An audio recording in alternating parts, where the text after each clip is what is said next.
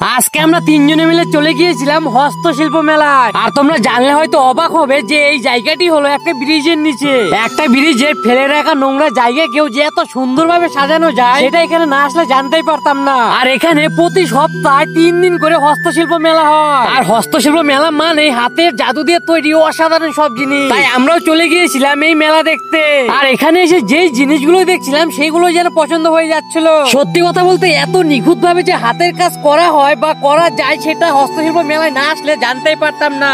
মাটি দিয়ে কত কি তৈরি করেছে এখানে, কাপ প্লেট সবকিছুই মাটি। আমাদের মেয়ে তো এখানে যেটাই দেখছে সেটাই তার পছন্দ হয়ে যাচ্ছে আর সেটাই নিতে চাইছে। যেই বাঁশ দিয়ে শুধু আমরা ঘরে খুঁটি লাগানোর কাজ করি আর সেই বাঁশ দিয়ে দেখো এখানে কত কি বানিয়েছে। এখানে তোমরা যা দেখতে পাচ্ছ এই সবকিছুই কিন্তু বাঁশ দিয়ে তৈরি। আর সব থেকে ভালো লাগছে বাঁশের মুড়ো দিয়ে যে মুখগুলো বানিয়েছে সেগুলো হাতে বানানো। এমন আরো অনেক কিছুই ছিল। এখানে দেখো প্রদীপও কত সুন্দর করে বানিয়েছে, যেগুলো দেখলে যে কারোই পছন্দ হয়ে যাবে। আমরা তো এখান থেকে কিছু নেইনি, আমরা শুধু ঘুরতে আসছিলাম, তাই এখানে শুধু আমরা ঘুরেছি। 10টার পরে কিন্তু সব দোকান বন্ধ হয়ে যায়, কারণ 10টা পর্যন্ত এই মেলা চলে। আর প্রত্যেক সপ্তাহ শুক্রবার, শনিবার, রবিবার এই মেলাটা তোমরা নিউ টাউনে আসলেই দেখতে পাবে। বাইরে আসার পরে আমাদের মেয়ে দোকানে সবকিছু দেখে পাগল হয়ে গেছে, কি নেবে না নেবে বুঝতেই পারছে না। আমরা তিনজন এইভাবে মেলায় ঘোরাঘুরি করি। আর তোমরা ভিডিওতে একটা লাইক করে পেজটাকে ফলো করে দাও।